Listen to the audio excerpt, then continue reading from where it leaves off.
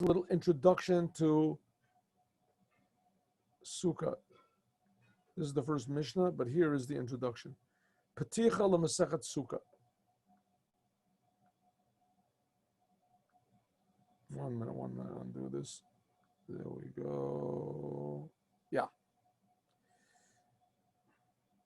Peticha, the introduction to Masechet Sukkah. This is the Kahati, right? So if you have one at home, you can look at your own sefer. Our tractate deals mainly with 4 commandments which are done in the holiday of Sukkot. 4. What type of 4? Oh, there's 3. Huh? 3 means, actually there's only 2. Well, there's 4. There's sitting in a sukkah and doing a lulav and esrog. Let's see what the 4 are. First of all, there's the mitzvah of sukkah. Then there's the mitzvah of the arba minim. Lulav, esrog, hadas, arava. Then there's a mitzvah which they used to do in the time of the Beis Hamikdash, the arava. They used to take willow branches in the Beis Hamikdash and put them around the altar. You ever hear of that before? Huh?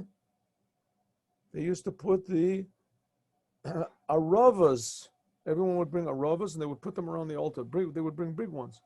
And another mitzvah which they only did in the time of the temple, and that is nisu hamayim. Every day they would pour water on a special funnel that was on the altar. 4 commandments. First 2 commandments, they are explicit in the Torah. Like it says, on the 5th day of the month, Hashvi'i, the 5th day, the 15th day of the 7th month, it's when you gather up the produce of the land, you should have a Chag Hashem, 7 days. And it says, what should you do? Lakachtem lachem b'yom rishon, take on the first day, pre-Eitz Hadar, Kapot Tamorim, Anot Eitz Avos, Arvei Nachal. Those are the 4 types that you use to make the mitzvah of lulav and etrog. Pre-Eitz Hadar is the etrog, Kapot Tamorim, that is the lulav. Anot Eitz Avos, that's the arava, and Anas Eitz Avos, that's the hyssop. What do you want to call it? The hadas. And Arvei Nachal, that's the arava. Usamachtem lifnei Hashem Elokechem, be happy 7 days. V'sukkot teishvu sheva yomim. In Sukkot you should be happy 7 days. Kol ha'ezrach b'Yisrael. Every citizen of Israel should sit in Sukkot, in order that your future generation should know, Ki b'Sukkot hoshavti b'nei Yisrael, and that all the generations should know that I sat the Jewish people in booths when I took them out of Eretz Mitzrayim. God really put us into booth. This is, those are talking about the clouds of glory. Those are the booths. And it's a mitzvah, by the way, when you're sitting in the sukkah, to remember the clouds of glory. There's no other thing like that. To remember the source of the mitzvah. You have to remember that God surrounded us with clouds of glory. Shtei mitzvah zachron, that's the first 2 commandments, namely sitting in the sukkah and the lulav and etrog, etc. The second 2 commandments, the second of the 4, the last 2 of the 4 commandments, namely the arava that we said, arava for the mizbeach, and pouring the water, this is not expressly said in the Torah. Hadei HaMukubelati, the general opinion is that it's halacha l'Moshe Sinai. That these are laws that God gave Moshe on Mount Sinai. Yesh Sovim, some people say that also these mitzvahs also come from the Torah. But what? Torah. Abba Shaul, he learned that Arvei Nachal, this is plural.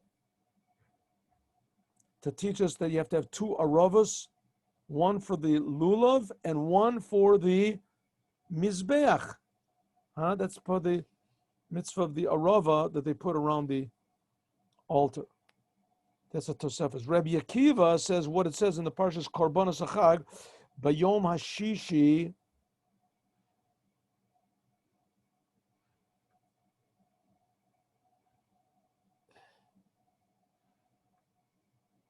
It says Unesacheha.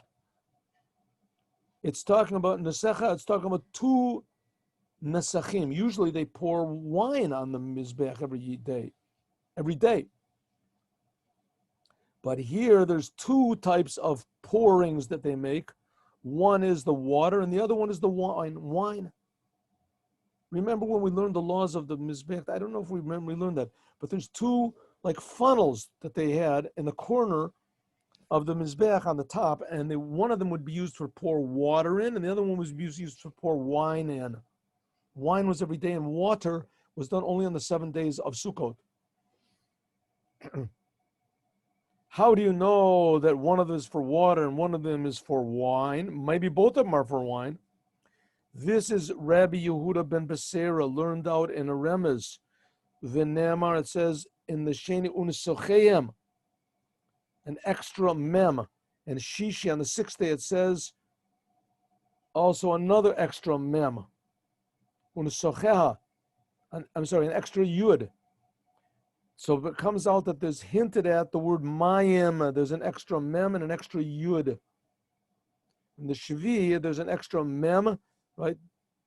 That comes out to be mayim. Mem, yud, mem. On these days, when you're reading, Parechad ben Bakor, Alecha, Tzevesechad ben Shlasololam,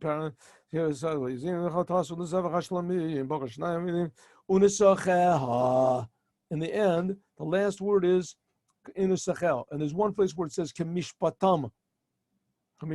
Anyway, there's extra letters in these sentences. There's one sentence has an extra mem, one has an extra yud, one has extra mem.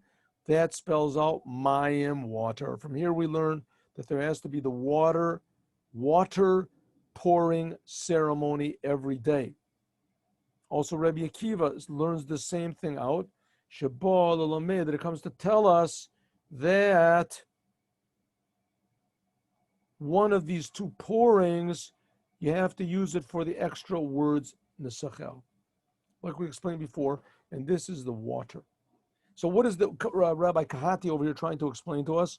That some people say that these 4 commandments, even though 2 of them are only written explicitly, more or less, in the Torah, that you have to sit in a sukkah and that you have to take the lulav and esrog, but all 4 of them are from the Torah, that you have to take arovas and put them around the altar when there was an altar, and you had to pour water into the spigot that was into the funnel that was on the altar, water pouring something. Also, this is what it says in the Bryce in the name of Rabbi Akiva. Why did the Torah say why does it say that you should pour water in the holiday b'chag, the Hag of Sukkos? Why? Because that the Chag is the time of water. And so it is in the Mishnah in Rosh Hashanah. The holiday of Sukkot is when we are judged on water. Therefore, God says, Neschu lifanai, pour in front of me water on the holiday, in order that you should be blessed with water the whole year. This Masechet of Sukkot includes in it 5 chapters. 2 chapters are talking about the main, the mitzvah of Sukkot. That's the holiday. It's called Sukkot, right? That's the main mitzvah, and how to sit in the sukkah. The 3rd chapter talks about some of the laws of the 4 types that you should take, like it says natilat lulav and etc. That's called in general taking the lulav. That's the blessing we make. Al natilas lulav. Even though there's 4 types, but the lulav is the most dominant one, is the highest, and it's not the most expensive. But then the 4th chapter, that talks about more laws about the lulav.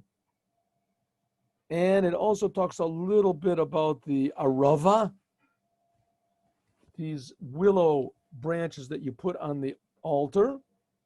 And it finishes with the mitzvah of the water drawing. And the 5th chapter comes to tell us about how happy it was in the Simchat Beit HaShe'iva, the Mikdash, which the Rebbe, by the way, asked the question, what's a She'iva? There was no mitzvah to draw the water. The mitzvah was to pour the water. Why is the joy in pouring, in drawing the water? Simchat Beit HaShe'iva. I'll tell you the answer to this in one moment.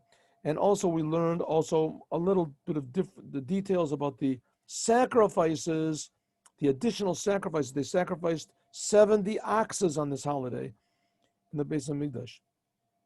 Just to make it, this is very interesting. The Rebbe asked a question, and this is sort of very important for us. The Rebbe asked a question, why does it say Simchat Beit HaShe'iva? She'iva means drawing the water. Drawing the water. There was absolutely no mitzvah to draw the water. I don't know, I mean, I'm just guessing, but if they would have drawn, let's say, all the water on the first day for all the 7 days, could have been that it was okay. No, they made a special, they drew the water every night. Okay, draw the water. The happiness should be from pouring the water, not drawing the water. Pouring the water, that was the mitzvah. So the Rebbe says like this. Listen to this. There was a group, a very, very powerful group in Judaism called the Tzaddukim. They were called the Tzaddukim. The Tzaddukim were basically like really ultra-Orthodox Reform Jews. In other words, they did not believe in the rabbis. They didn't believe in the rabbis. They didn't believe in the interpretations of the rabbis. They didn't believe in the Talmud. They didn't believe in also, not far away from Christianity. But they were serious Jews. They really believed in God alone. They didn't believe in a person. They didn't believe in this. But still, the one thing they had in common was, which all these people also have in common with the Reform, they didn't really hold with the rabbis. They made up the whole thing. So they looked in the Bible. Anything that didn't say explicitly in the Bible, they didn't believe. So it doesn't say, for instance, that there's such a thing as heaven and hell. They don't believe it. Any interpretation that the rabbis made up, not good. We don't like it. They made up their own. It says I was under the assumption that they had a problem with the oral Torah. That's what they didn't accept. That Moshe brought down an oral Torah. That's the oral Torah. The oral Torah is brought down by the rabbis. The oral Torah is brought down by the rabbis, right? What's written down is written down. What's written, explained, that they didn't accept. The whole entire Torah is just to explain what Moshe Rabbeinu brought down from Mount Sinai, or how to use the principles that Moshe Rabbeinu brought from Mount Sinai to explain sentences which God intentionally did not say clearly. There's these principles of the Torahs and the Dreshas. We say every day in the davening, in the morning, the Shlosh Esrei, the 13 principles that the Torah is learned from. Then there's other principles also, but that's the purpose of the rabbis, was an old Yagdil Torah v'Yadir. The purpose of the rabbis, and who were these rabbis? They had the power to raise the dead, these people, right? They had the power to raise the dead. Among the rabbis was also King Solomon. Also made like Natilas Yadayim, washing your hands. And they didn't accept any of it, nothing. They said, whatever is written, that we accept. Some things are not so clear. What it says written, we'll make up our own explanations. Who is this? Listen to? You have to listen to Rabbi Akiva. You have to listen to the Beit Shammai. We have Beit Sheldon. We have a Beit, whatever it is, right? I'm also Rabbi, Fauzi. Anybody makes up their own thing, whatever you want to.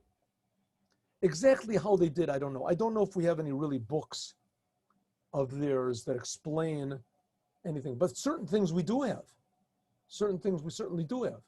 One of them was this thing about water. They said there's no such mitzvah as pouring water. No such thing. The rabbis made it up. And who are these rabbis that we have to listen to them? Who are they? And they were very powerful. They were very powerful and they were very popular. And it says that the rich ones, these were the Tzedukim, that's the Sadducees that we say. But the Perushim, that's the rabbis that the Torah came from. The Pharisaites. Pharisite is not a nice word. A pharisaical person is a person that he's like, what is it, a hypocrite or something, pharisaical. Look it up. A pharisaical person is not, that's the Pharisees. These are the people. A Pharisite is not a nice word. Not a nice word, but that's the whole entire Torah comes from the Pharisees. The Perushim. Anyway, they were against it. Okay. So they said, no water drawing ceremony. There's no such thing. Luckily, the Beis Hamikdash was in the hands of even though there was of the Perushim. It was in the hands of the regular rabbis. Even though it says Yanai Melech, eventually he became like sort of one of them, and it says that the Yochanan Cohen Gadol, he said he was the high priest for, some people say 60, some people say, 80 years. High priest, 60 years, and he became a tzedduki. You realize how powerful their opinions were. And they were intelligent people also. They made up ideas, their own ideas. Anyway, one of the things that they said is that there's no water pouring ceremony. Okay, now two things are very essential in Judaism. One of them is to listen to the rabbis. That's essential. If you don't do that, then anything goes. Anything goes. You can marry anybody you want to. You can eat whatever you want to. You can say whatever you want to. You can do whatever you want to. Everything is okay, and you can find some way to make it permissible from the Torah. Everything. Anything. It says that the great rabbis that were in the Sanhedrin, there had to be some of them, or all of them. They could figure out, they could give you 150 logical reasons from the Torah that a snake is permissible to eat. A rat. It's permissible to eat a rat or a centipede or something. 150 reasons. They could knock you out, right? They could stand in front of a crowd and convince everybody to eat scorpions. According to the Torah, and make a blessing on it. We're talking about the religious rabbis, because you can misuse the Torah. As soon as you don't accept the godliness of the rabbis, then you're really in trouble. So, that's one thing that's important in Judaism. The other thing that's important in Judaism is happiness. You have to really feel that you're serving the Creator. If you don't have that feeling of happiness that you're serving the Creator by learning and fulfilling His Torah, then the whole thing is down the drain. That's why the Jewish people worship the golden calf. Right? 40 days after they heard not to do it, worship the golden calf. Why? Because Moses wasn't there to give them positiveness, to give them happiness. Happiness is so essential. So what did the rabbis do? They made a law. The rabbis have powers to make laws. They made a law, and they said, we're going to make this water pouring ceremony happy.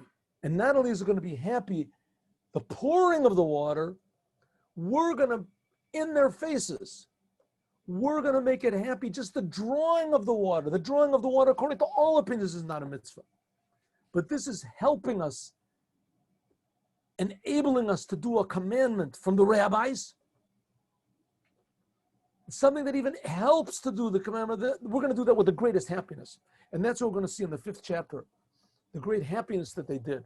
Because the only weapon against the detractors of the Torah is happiness. That's the thing they don't have. They don't have it.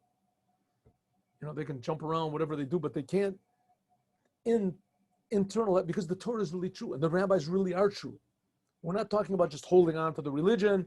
So, we're conservatives, we're reactionaries, and we want to hold on to this old religion in any case. And this is the truth. This is God. There's nothing more new. There's nothing more fresh. There's nothing more young and vibrant than Judaism. Nothing. But Rav, going back to the Sadducees, I mean, they were more. They felt that there was too much of being brought in that was from the rabbis and everything else. They were almost the other side of the fence. They were, take the Torah on face value. Go back to, there are too many opinions, and that was their thinking as far as I understand, they were not trying to change anything. They were like trying to limit the expounding and then enabling to learn from Torah and to look at different avenues. They were very limited. They wanted to limit it even more. So what did happen? What happened? They were against the without argument. Simcha. They were against the argument. So what did they do? They made another argument, but they made a new law. You can't argue with us. Yeah. So another thing that's interesting, I just looked it up.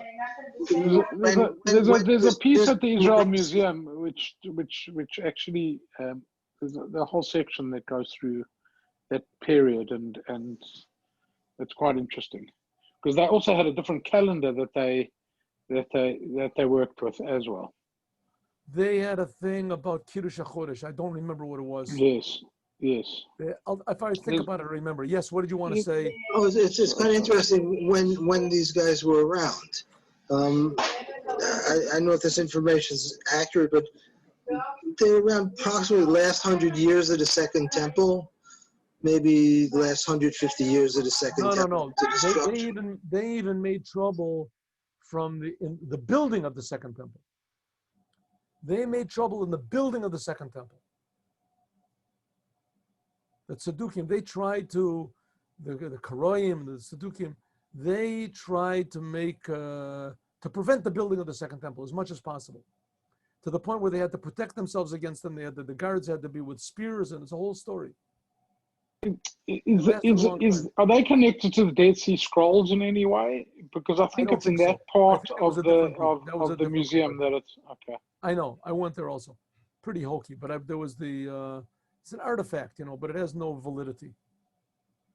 There was a breakaway group that wrote their own psalms. I mean, the psalms, come on, Rabbi Shalom, you can't write your own psalms. The psalms that was, 1,000 years before them. Anyway, forget about that. It's a very, very difficult subject. It's a very difficult subject, but we see that, the wise men of the Torah, there's all these different arguments that they have in the Talmud between the Tzedukim and the Perushim, and that, you say this and I say this. And they made a lot of trouble for the Jews. A lot of trouble. Because the problem was they were genuinely religious people. They really were religious. They wanted to keep Shabbos. They wanted to keep for instance, on Shabbat, it says that they used to sit in their house in the dark.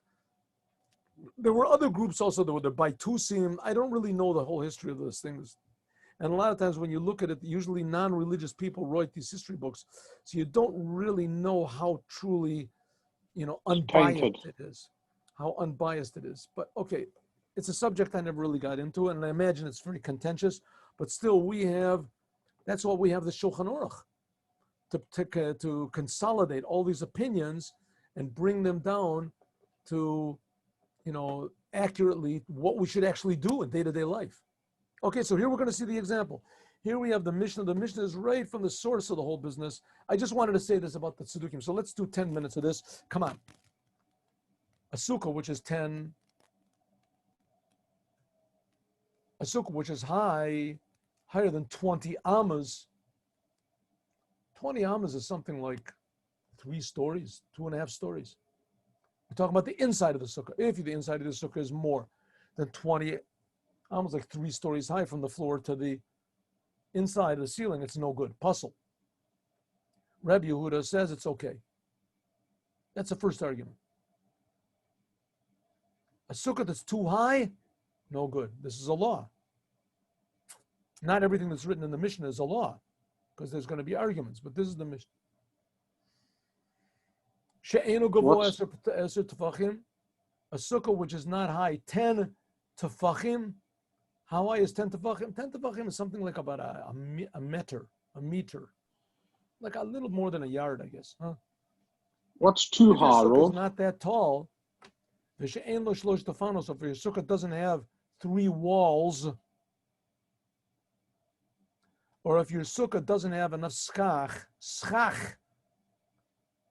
that when the sun shines down, the sun is more than the shade. All of these things disqualify a sukkah. What's A the sukkah has to restriction have on the enough height of stock a that there's sukkah? more shade than sun.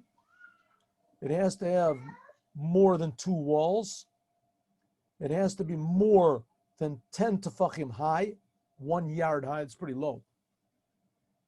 But it has to be less than 20 amas high, less than, let's say, 3 stories high.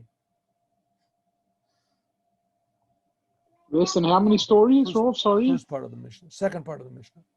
Less than how many stories? Sukkah Yeshana, an old sukkah. Oh, yeah, I have to do this thing here, right? Why isn't it going? Oh, there it is.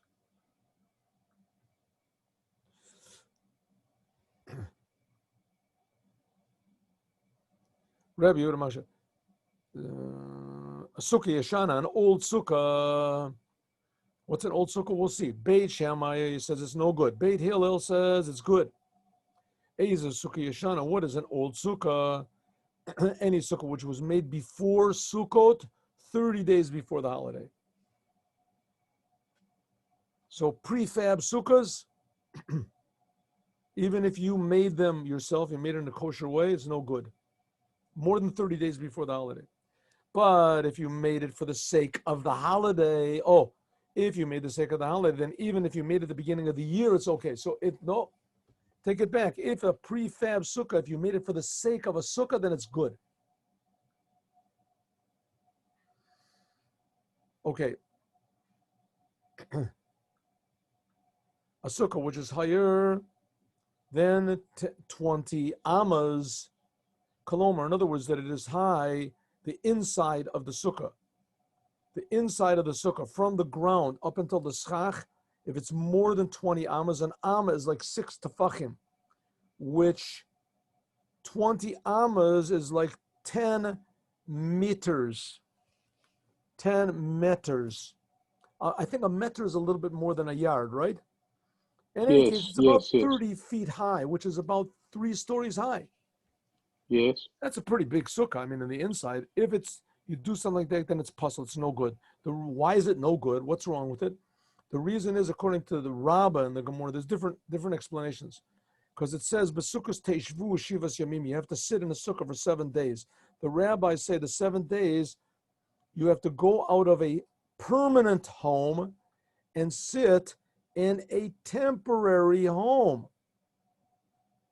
Therefore, up until 20 amas, up till 3 stories, you're sitting in a temporary home. Above 3 stories, the house is not called temporary anymore, right? You don't build a little tent 2-3 stories high.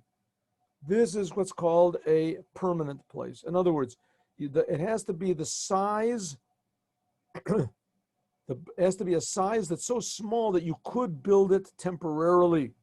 And 30 feet high is overdoing it.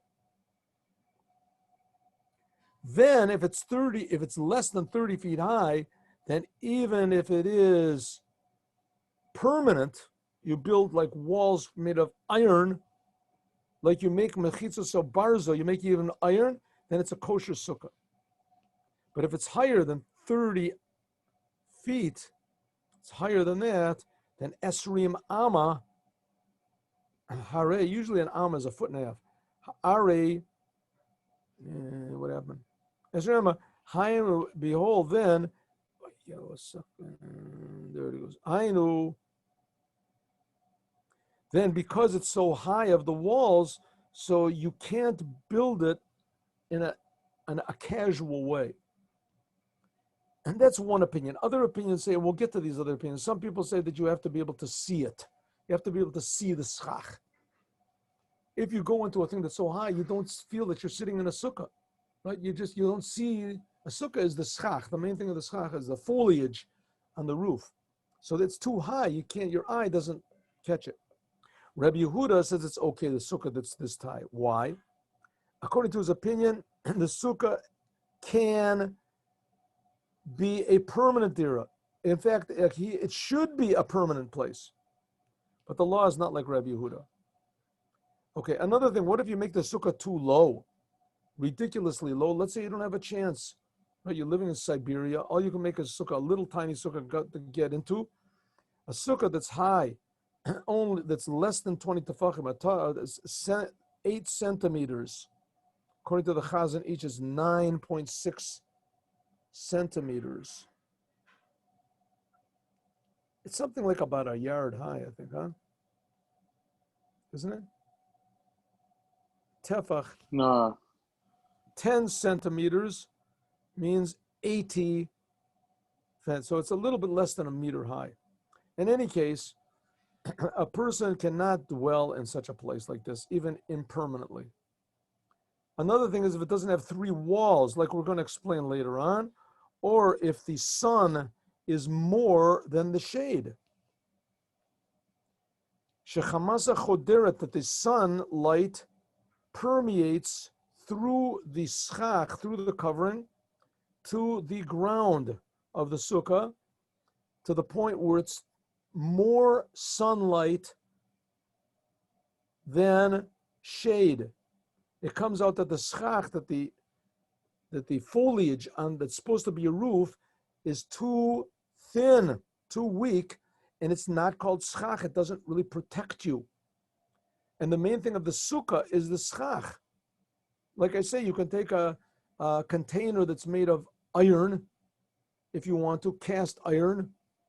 Take a whatever it is, a fish, a place where they put the fish in, right? It's made of iron, and put schach on top of it, and that's okay. The walls are not the thing that makes the sukkah. If the walls are too weak, then it disqualifies, or if there's not enough walls. But the main thing of the sukkah is the schach. The schach has to be thick enough that it provides more shade than sunlight. It's no good. The sukkah is no good. As far as the 3 walls go, we said, the rabbis said that if your sukkah is 2 walls on one side, then all you have to do is make the size of a hand breadth and a little bit more on the other side and put it less than 3 tefachim close to one of the walls, so that you have a 3rd wall, which is just like a board, let's say, which is 1 tefach wide, and you put it close to the wall, 3 tefachim. That's called lavud. Lavud means we treat the empty space, if it's less than 3 tefachim, as though it's closed. Shekol pachot mishlosh tefachim is called lavud. Then it's considered to be a wall of 4 tefachim, and it ends up that the sukkah is 3 walls. Understand that? You want to make a wall, you want to make a sukkah, it has to have 3 walls. What does it mean? 2 full walls and 1 wall that's only 4 tefachim wide, and it doesn't have to be 4 complete tefachim. It can be 1 tefach that is placed less than 3 tefachim from one of the corners. That's good. But it has to be the shape of a door, because it hasn't got 3 walls. This is the laws of Eruvin that we're learning. And we already learned in Masechet Eruvin that you have to have what does it mean to have a wall? You have to have, what is a door? A door means even if you have 1 post over here, 1 post on the other side of the door, and a stick on top of them, that's good enough. That's called a door. If your sukkah had 2 walls, one opposite the other one, and between them is totally open, and you make a wall that has 4 tefachim a little bit, and you stand it on the 3rd wall, then it's considered to be a 3rd wall of 7 tefachim, which is the amount of a kosher sukkah for the length and the width. The sukkah has to be at least 7 on 7 tefachim. That's what we learned before. So tremendously small sukkah will also be good, but a wall, we said, has to be big enough to hold a person's head and the majority of his body. In other words, you lay on the ground and you put your head and the majority of your body into this little sort of cubicle. As long as it's higher than 10 tefachim from the ground, it's kosher. What is 10 tefachim in meters? It says, we're talking about the width and the length.